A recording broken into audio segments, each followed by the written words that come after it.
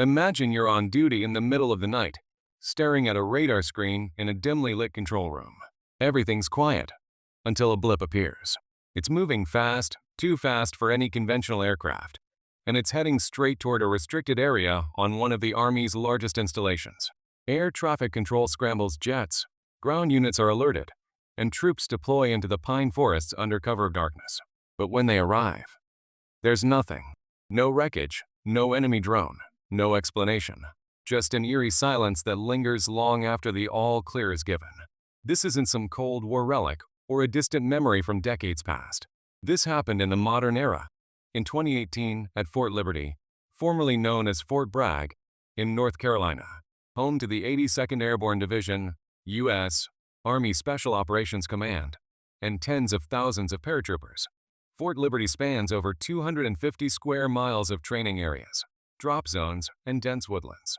It's a powerhouse of airborne and special forces readiness, with a history dating back to World War I, when it was established as Camp Bragg for artillery training. But beneath the discipline, the jumps, and the constant readiness, there's another side to this base, one whispered about in the barracks late at night. Fort Liberty has its share of unexplained phenomena, from strange lights in the training areas to reports of figures seen in abandoned buildings deep in the woods. Tonight, we're focusing on one particular set of barracks, the older Smoke Bomb Hill Barracks, structures built in the 1970s that housed generations of special operations soldiers before issues forced evacuations and demolitions in recent years. These weren't just any barracks. They sat in an area steeped in intense training, high-stress deployments, and unfortunately, tragedy. Soldiers have long shared stories of footsteps in empty hallways, doors slamming on their own, and shadows that don't belong to the living. What makes these accounts compelling is how consistent they are, told by hardened paratroopers, Green Berets, and support troops who aren't quick to buy into ghost stories. In this video, we'll hear directly from soldiers who lived through it. These are their testimonies, recounted in their own words as shared with me over the years. We'll piece together events that began with strange noises and escalated to encounters that left even the most skeptical questioning what was real. Was it stress, fatigue from endless training, or something tied to the land itself? Echoes of the past refusing to fade. As we dive in, keep an open mind.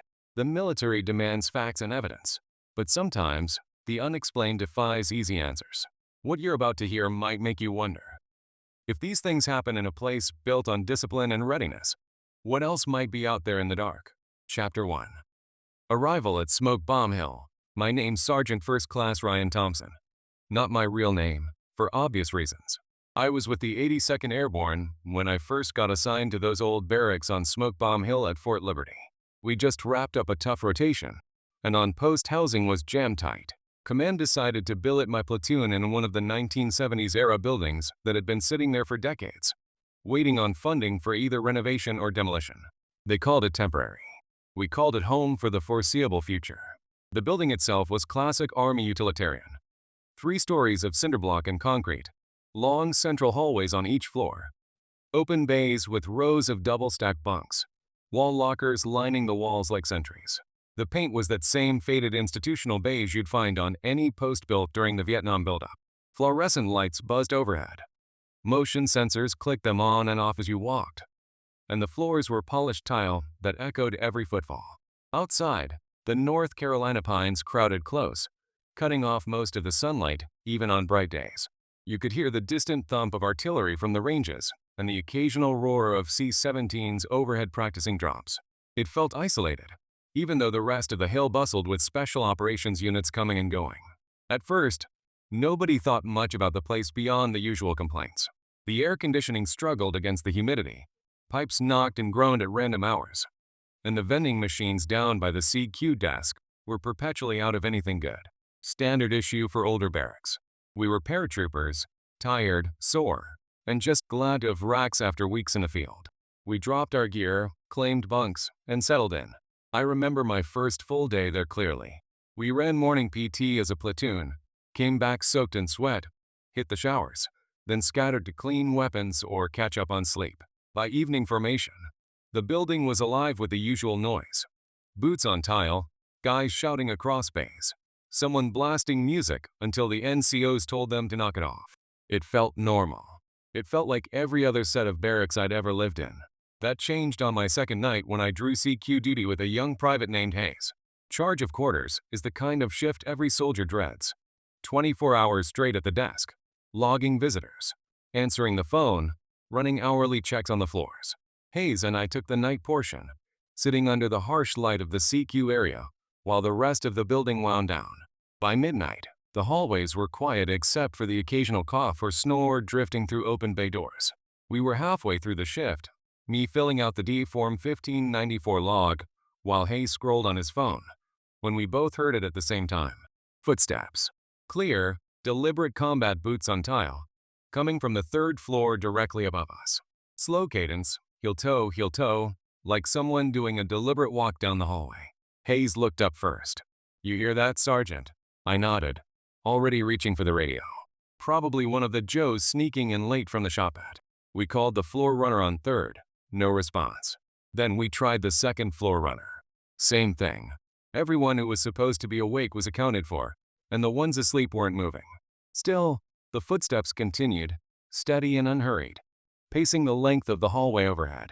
Hayes and I exchanged a glance. We grabbed flashlights and headed up the stairs. The motion sensors triggered as we climbed, lights flickering on section by section. Third floor hallway was empty. Bay doors closed, no lights spilling out from under them, no movement. We walked the full length, checking the latrines, the laundry room, even the stairwell at the far end. Nothing. The building was silent again. We headed back down, chalking it up to old pipes or the building settling. Fort Liberty's got plenty of old structures. Wood and concrete expand and contract with temperature changes. Made sense. But less than an hour later, it started again. Same footsteps, same slow pace. But this time starting on the second floor and moving upward. Hayes muttered something under his breath and grabbed the radio. We went up again, cleared both floors thoroughly. Still nothing. As we started back down the stairs, every light on the third floor shut off simultaneously. Not the gradual timeout of motion sensors. One moment bright, the next pitch black. Hayes froze on the landing. "Sergeant, did you hit a breaker or something?" Negative. We turned our flashlights on and swept the floor one more time. Empty bays, locked lockers, sleeping soldiers. But the air felt different up there, heavier, colder. I couldn't shake the sensation that we weren't alone. Back at the desk, we didn't talk about it much, just logged the checks and kept watch. The footsteps didn't return that night. Over the next week, though, more soldiers started mentioning similar things. Private Ramirez woke up to find his wall locker door hanging open, even though he'd latched it tight before lights out. Specialist Lee swore he heard low whispering outside his bay late one night, like someone reading names off a roster, but too muffled to make out words. A couple of guys laughed it off as new barracks paranoia, but I noticed more lights staying on after taps and fewer people walking the halls alone. Then came the Friday night that really set the tone for everything that followed. Most of the platoon had weekend pass and cleared out, leaving the building half empty. I stayed behind to finish some paperwork and clean my kit. My bay was quiet, just me and the hum of the vending machine down the hall. I was sitting on my bunk, running a patch through my rifle barrel, when the overhead light flickered once, twice. Then the whole building lost power for several seconds. Emergency lights kicked on, bathing everything in dim red. When full power returned, I figured it was just a glitch, common enough in older infrastructure. That's when I heard the footsteps again. Not overhead this time, on my floor, starting at the far end of the hallway and coming straight toward my bay. Thud, thud, thud. Measured, patient, unmistakably boots. I stepped into the hallway, rifle cleaning paused. The corridor was empty, light steady. The footsteps stopped right outside my door. I called out firmly, "Identify yourself. Who's out here?" Silence. Then, directly across the hall, the door to an empty bay creaked open slowly, just a few inches. No draft, no one visible pushing it. I backed into my room, closed and locked the door, against regulations. But I didn't care, and sat there the rest of the night with my back to the wall, eyes on that handle. Whatever had welcomed us to Smoke Bomb Hill wasn't done introducing itself. Chapter 2. The whispers began. "This is Specialist Alex Rivera. I was in Sergeant Thompson's platoon, same barracks on Smoke Bomb Hill. I transferred in a few weeks after they did, catching the tail end of everyone settling into the building.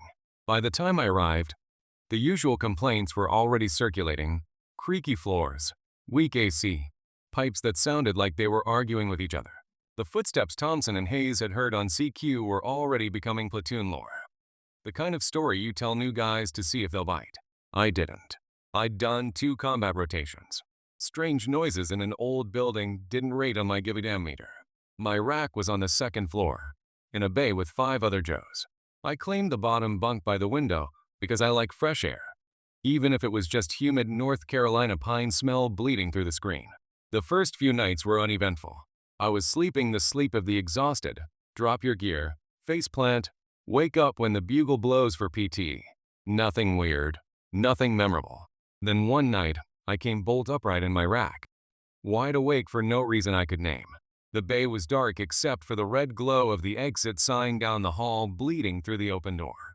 The other 5 guys were out cold, breathing steady. I lay there listening, trying to figure out what yanked me out of sleep. That's when I heard it. Whispering. Low, close, right by my head. A man's voice, but so soft it was almost lost under the hum of the AC unit outside the window. I couldn't make out words at first, just the rhythm of speech, like someone reading something under their breath. I sat up slow, scanning the bay. Nobody moving. No silhouettes. No red lens flashlights from someone sneaking to the latrine. Just darkness and sleeping soldiers. I lay back down, heart thumping harder than it should. Told myself it was residual from a dream. Closed my eyes. The whispering stopped the second my head hit the pillow. Next night, same thing. Dead asleep. Wake up suddenly, whispering starts. This time I caught a word. Airborne. Clear as day.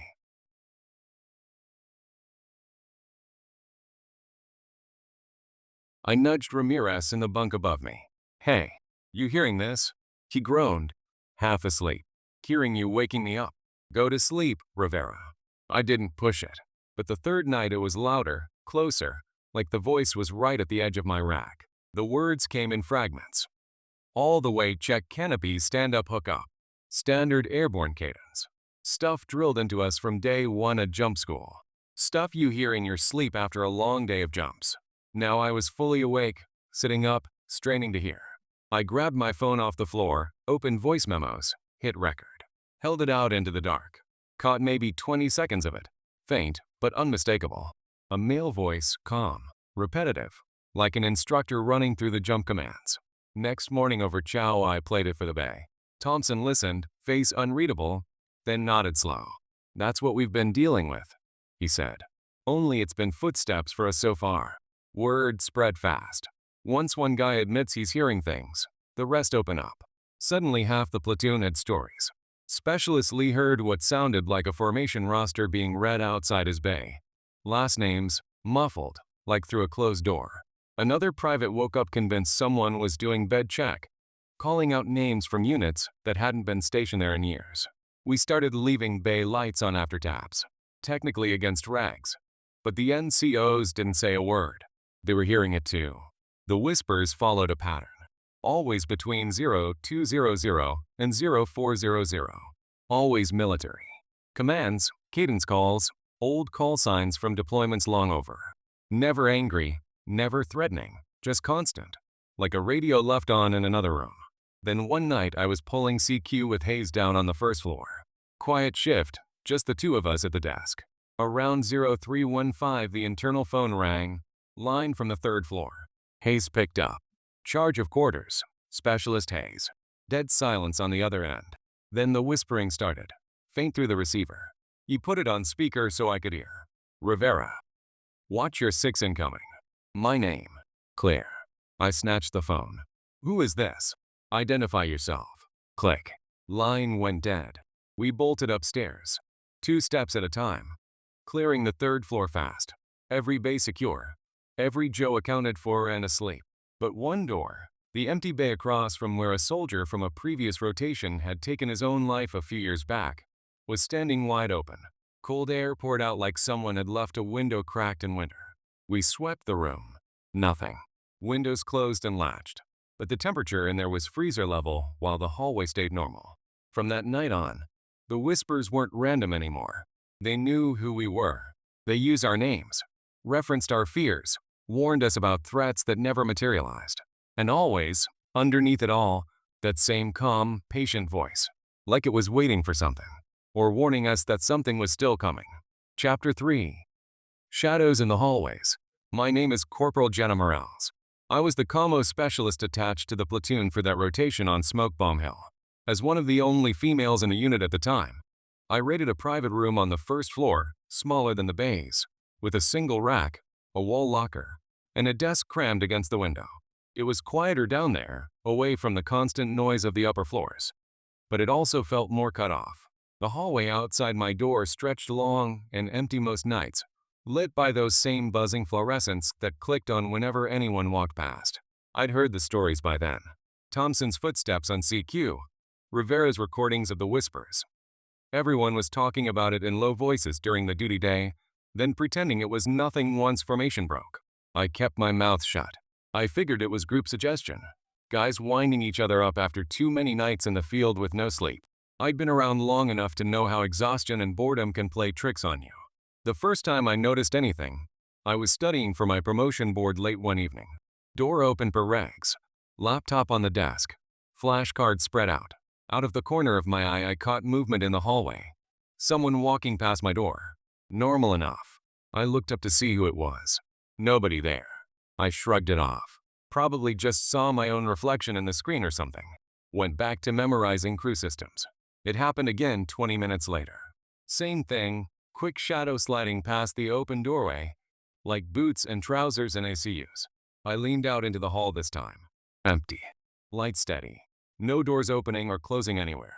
By the fourth or fifth time it happened in a single night, I started paying closer attention. It was always the same pattern. Around lights out, between 2,200 and 2,300, when most of the platoon was either in their bays or down in the day room, the shadow would appear, move left to right across my doorway, then vanish. Never fast, never slow, just the normal pace of someone heading to the latrine or checking the vending machine. One night, I decided to test it. I sat facing the door directly. No laptop glare, lights fully on. Waited. Right on schedule. The shadow crossed the doorway, and this time it stopped. Just lingered there, a dark silhouette blocking part of the hallway light. I stood up slow. Hey, who's out there? No answer.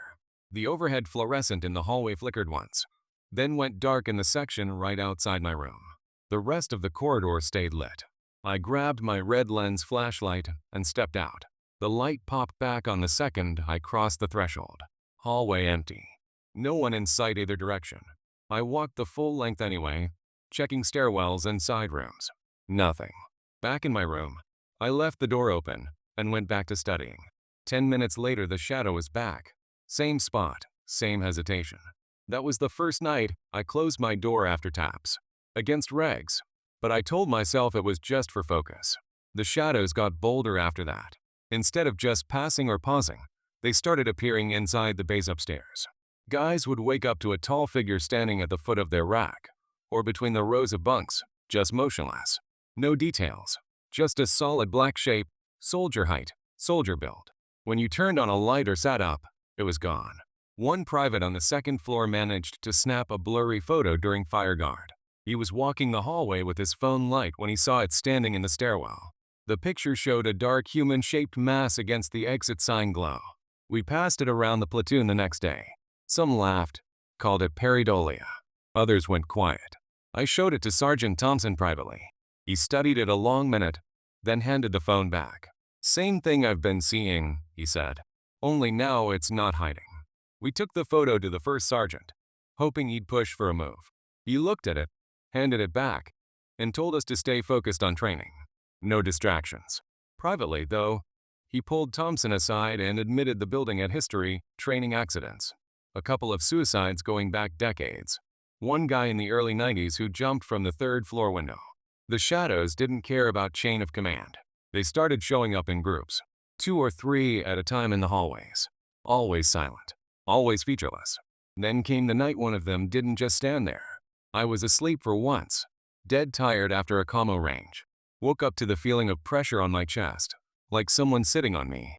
Room dark, door closed. I opened my eyes and saw it. A shadow figure leaning over my rack. One dark hand pressed flat against my sternum. I couldn't move at first. Couldn't breathe right. Then I forced out a yell and swung my arm. The pressure vanished. Figure gone. Lights flicked on from the motion sensor outside, spilling through the crack under the door. I threw the door open, flashlight in hand, ready to confront whoever was screwing with me. Hallway empty, but the cold lingered on my chest for minutes. And when I checked in the mirror the next morning, there were faint red marks, 5 fingers, spread wide. After that, nobody laughed anymore. The shadows weren't just watching. They were reaching out. Chapter 4. The Cold Spots and Touches. This is Private First Class Marcus Hayes. You've heard my name before. I was the one pulling CQ with Sergeant Thompson the night the footsteps started, and later with Rivera when the phone call came through with the whispers. By this point, everyone in the platoon knew something was off in those barracks. The stories weren't just stories anymore. They were happening to all of us, night after night. And no amount of eye-rolling or knock it off from the NCOs could make it stop. The cold spots showed up next. You'd be walking down a hallway, everything normal, and then suddenly the temperature would drop hard. Not a little chill, full-on winter cold. The kind that makes your breath fog, even though it's 80 degrees outside, and the AC isn't that good. It wasn't gradual either. One step you're fine, the next you're shivering, teeth chattering. Then 2 steps later, back to normal. Like walking through an invisible freezer door. The spots were always in the same places. The stairwell landing between 2nd and 3rd floor. The latrine on 2. The hallway right outside that empty bay on 3. The one that used to belong to the soldier who took his own life. Guys started avoiding those areas when they could, taking the long way around or waiting for someone else to walk with them. I felt my first cold spot during a fire guard shift. I was doing my rounds, red lens flashlight in hand, walking the 3rd floor hallway. Hit the spot just past the latrine and stopped dead. Couldn't move forward. The air was thick, heavy, and so cold it burned my lungs. I shined the light around, nothing. No open windows, no draft, just that bone-deep freeze. Then I felt the hand on my shoulder. Firm, real. Fingers pressing through my t-shirt, gripping like someone stopping me from going farther. I spun around fast, flashlight up, ready to deck whoever was messing with me. Empty hallway. No one there. But the grip tightened for a split second, like a warning, before letting go. I stumbled back, heart hammering, and bolted down the stairs. When I checked in the mirror later, there were bruises on my shoulder. 4 fingers and a thumb, dark and clear. I showed Thompson the next morning. He didn't say much, just looked at the marks and told me to keep it quiet for now. But word got around anyway. Once one guy shows bruises, everyone starts comparing notes. More touches started after that. Hair getting lightly pulled in the showers when you were alone. A push in the small of the back on the stairs when no one was behind you. Fingers brushing the back of your neck while you were tying your boots. Never hard enough to really hurt, until they were. One specialist came out of the latrine white as a sheet, saying he'd felt fingers trace up his arm while he was washing his hands. No one else in there. Mirror showed nothing behind him. He transferred to another building the next week. We went to the chaplain as a group. He came in, walked the halls, said prayers in every bay, sprinkled holy water in the cold spots. Things went quiet for about 6 days. Guys started relaxing again, joking that the ghosts had been exorcised army style. Then it came back worse. During a company formation outside the building, one of the privates just collapsed. No warning.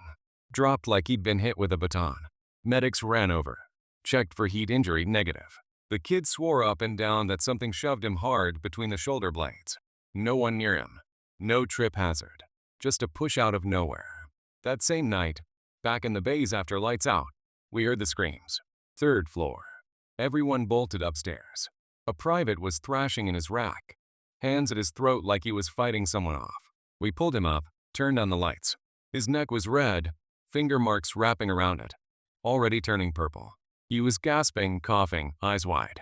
Said he woke up to hands choking him. Strong. Real. Couldn't breathe. Couldn't call out at first. Medics came again. Documented the marks. He was gone by morning. Medically reassigned off post. That was the breaking point. Guys stopped sleeping alone. We pushed bunks together. Took turns staying awake. Requests to move buildings flooded the chain of command. First sergeant finally started listening, making calls up the chain. But before we got orders to pack out, one last wave hit. The touches weren't random anymore. They were deliberate, targeted, like whatever was in there knew exactly who it wanted to reach. Chapter 5. The Radar Contact and Deployment. By early 2018, we were still stuck in those smoke bomb hill barracks. The request to move had gone up the chain, but the wheels turned slow in the Army, especially when it's just soldier discomfort and not a safety violation on paper. So we kept training, kept jumping, kept pulling duty in that building. The cold spots, the touches, the shadows, they had become part of the routine. You learned to walk wide around certain corners, to never shower alone if you could help it, to sleep with a light on even if it earned you grief from the NCOs. We were paratroopers. We adapted. Then came the night everything went quiet. It started with the alerts. I was in my bay cleaning my weapon after a range day when the company net crackled to life. Urgent traffic from brigade. Unidentified radar contact. High speed. No transponder. Inbound toward restricted training areas deep in the Fort Liberty Reservation. The kind of airspace and ground nobody flies over without coordination. Pope Air Force Base scrambled F-15s out of Seymour Johnson. Ground units across the post went to heightened alert, and our quick reaction force got the call to roll. We geared up fast, full kit, weapons, NVGs, comms check, loaded into vehicles, and pushed out into the pine forests under Blackout Drive. The contact was moving erratically on radar, too fast for a drone, too slow for most missiles, and heading straight toward the wooded impact areas near Smoke Bomb Hill. We set up cordons, swept likely landing zones, searched for wreckage or infiltrators. Air assets overhead reported nothing visual. No heat signatures, no debris, no enemy activity. After hours of freezing our asses off in the woods, the contact vanished off scopes as suddenly as it appeared. All clear was called just before dawn. We rolled back to the barracks exhausted, figuring it was some glitch or classified test nobody told us about. But when we got back to the building that morning, something was different. It was silent. No footsteps echoing in the halls. No whispers drifting through the bays. No cold spots hitting you in the stairwell. Even the usual creaks and groans of the old structure seemed muted. Guys looked at each other like they were afraid to say it out loud. For the first time in over a year, the barracks felt empty. We all slept hard that day. No disturbances. No one waking up with new bruises or stories. The next night, same thing. Quiet. Normal. Some of the Joes started joking that whatever had been in there got scared off by the scramble, like the ghosts saw real jets and decided to stand down. We laughed, but it was nervous laughter. Nobody really believed it. The quiet lasted exactly 8 days. Then it came back, all of it, and worse. I was on the second floor pulling fire guard when I saw the first figure in a window. Not inside the building, outside, looking in. I was walking past a bay when movement caught my eye. I stopped, looked out the glass. Tall silhouette in old-style fatigues, standing motionless in the tree line, face just a blur in the darkness. When I shined my red lens at it, it was gone. I radioed it in. Thompson came up. We both looked. Nothing. But the next night, multiple guys reported the same thing. Figures outside the windows on every floor, always in pairs or trios, always watching the building. Then I had my own close encounter. I woke up in the middle of the night to my bay door opening slow. No creak this time, just silent. Moonlight from the hallway spilled in. Standing in the doorway was a figure. Soldier height, in ACUs like ours. But the pattern looked off older. The face wasn't there, just shadow where features should be. It spoke. We're still here. Airborne. Voice was calm, clear, like it was standing right next to me instead of across the room. I sat up fast. Reached for my weapon on the floor. Who the hell are you? The figure didn't move, just repeated it. We're still here. Airborne. All the way. Then it stepped back into the hallway and was gone. I cleared the entire floor with Rivera. Empty. But the air in the corridor was ice cold. And every window we passed had frost forming on the inside glass, even though it was spring outside. The next day we pieced it together with older soldiers who'd been on post longer. Decades earlier, a night training jump in that same restricted area had gone tragically wrong. Static line tangle, mid-air collision, low altitude, several paratroopers lost. Search teams never recovered all the remains in the dense woods and swamps. Names still on the rolls of the missing from that unit. And the radar contact from that night, it had appeared on scopes directly over the old drop zone before vectoring towards Smoke Bomb Hill. Some of the guys started saying it wasn't a drone or a glitch. It was them, trying to come home. We got movement orders 2 days later. Packed out fast, left those barracks behind for good. The building was demolished a few years after. But sometimes, when I drive past that part of Post at night, I still see faint lights moving in the trees. And every now and then, on a static-filled net during a night jump, I swear I hear it. Chapter 6. The Final Nights. Specialist Alex Rivera again. After that radar contact and the week of eerie quiet, we thought maybe it was over. Guys were sleeping better, walking the halls without looking over their shoulders, even joking about selling the story to a podcast someday. Movement orders were rumored to be coming down any day. Newer barracks across Post, modern construction, no history. We started packing footlockers early, labeling boxes, looking forward to leaving Smoke Bomb Hill in the rearview. Then the activity slammed back into the building like a door kicked open. It started with collective experiences. No more isolated incidents. One or two guys hearing something and wondering if they were losing it. Now whole bays were waking up at the same time to the same thing. The first big one was the marching. I was in my rack on the second floor when it started. Sounded like a formation moving through the hallway. Boots in perfect cadence. Heel-toe striking tile in unison. But not our cadence. Older. Slower. The kind of calls you hear in Vietnam-era footage. Left, left, left, right, left. Then the Jody calls started. Faint at first, growing louder. Napalm sticks to kids. I want to be an airborne ranger. Voices layered, dozens of them, echoing like the hallway was packed wall to wall. But when we threw on lights and piled into the corridor, empty. The marching kept going, passing our floor, heading up to 3. We followed it. Still nothing. It faded out on the roof access door, which was locked from the inside. That happened 3 nights in a row. Different cadences each time. Always old school. Always stopping at the top floor. Then came the power issues. One night the entire building lost electricity. No storm. No base-wide outage. Just our barracks. Emergency lights didn't kick on. Flashlights wouldn't work. Phones died in our hands. Screens going black, even with full batteries. Complete darkness. That's when the footsteps started. Not one set, multiple. Everywhere. Surrounding the bays. Circling. Some slow, some fast, some dragging like injured. And the voices again, overlapping, calling roll with names none of us recognized. Old roster numbers. Units that hadn't existed in decades. Guys huddled in the center of the bays.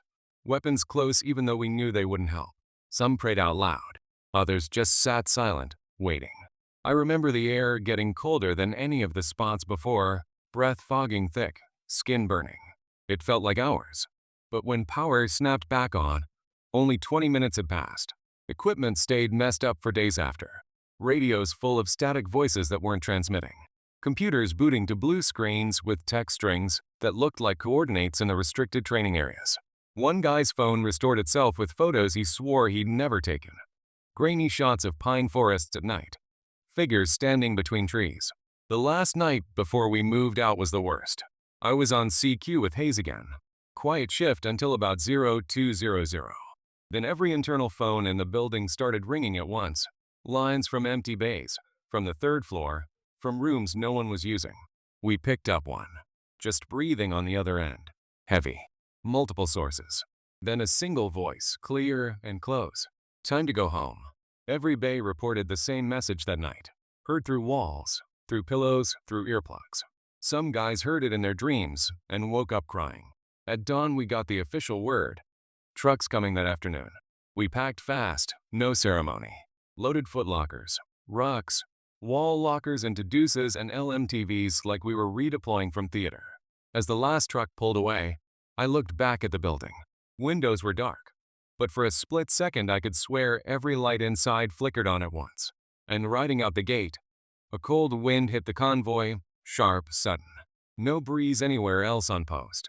Windows up or down, didn't matter. It cut right through. We all felt it. Like something was watching us leave. Like it was letting us go. But not forgetting us. I still hear cadence sometimes on long rucks at night. Faint. Far off in the trees. And every time we jump, when the static line snaps taut and the prop blast hits, I swear there's an extra voice in the chorus. Chapter 7. Echoes that linger. We left Smoke Bomb Hill for good that spring. The trucks rolled us across post to brand new barracks, 4-story, modern, with actual climate control and windows that didn't stick. The first night in the new place, I slept 12 hours straight. No shadows in the doorway. No cold spots in the hall. No whispers pulling me out of sleep. Just the normal sounds of a barracks. Someone snoring. A distant toilet flushing. The hum of the vending machine that actually worked. For a while, it felt like we'd outrun it. Whatever had been in that old building stayed behind. We unpacked, hung unit flags, ran PT like always. Training cycles came and went.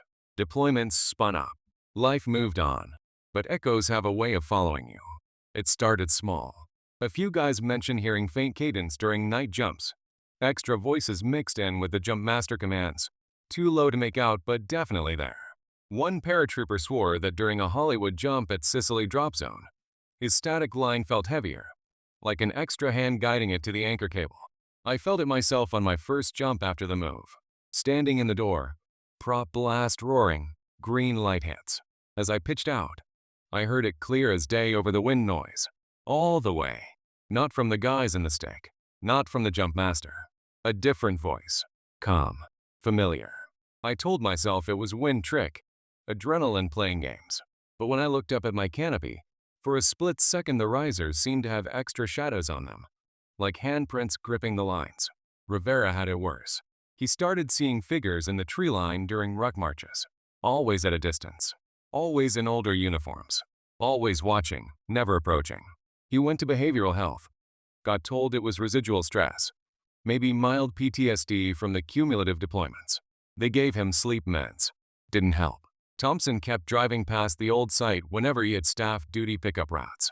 The building was gone by then, demolished down to slab and graded over. Just an empty field with young pines starting to reclaim it. But he said some nights, especially when the moon was low, he'd see faint lights moving between the trees. Not vehicle lights, not flares. Just soft glows, like red lens flashlights on the move. We stayed in touch after the platoon broke up. Different assignments, different posts. Every now and then one of us would text the group. Heard it again last night. Or saw something on the range. Always the same details. Never anything violent. Never anything that followed us home to our families. Just reminders. Like they were checking in. Making sure we hadn't forgotten. I've thought about it a lot over the years. Was it really the paratroopers from that lost jump? Still trying to complete their mission? Residual energy from decades of hard training, tragedy, and loss soaked into the walls and ground? Or was it something older?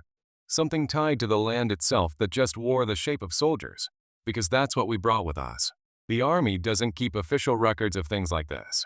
No DA form for unexplained phenomena. No investigation beyond a chaplain visit and a quiet move order. But ask any long-timer who was on Smoke Bomb Hill back then, and they'll go quiet. Maybe change the subject. Maybe tell you their own story if no one else is around. We carried on, because that's what we do. Airborne. We jump, we fight, we move to the next objective. But some loads stay with you. Some echoes never fully fade. And when the C-17 banks over the drop zone at night, and the green light comes on, I still hear it sometimes. A voice on the wind, steady and sure. We're still here, all the way.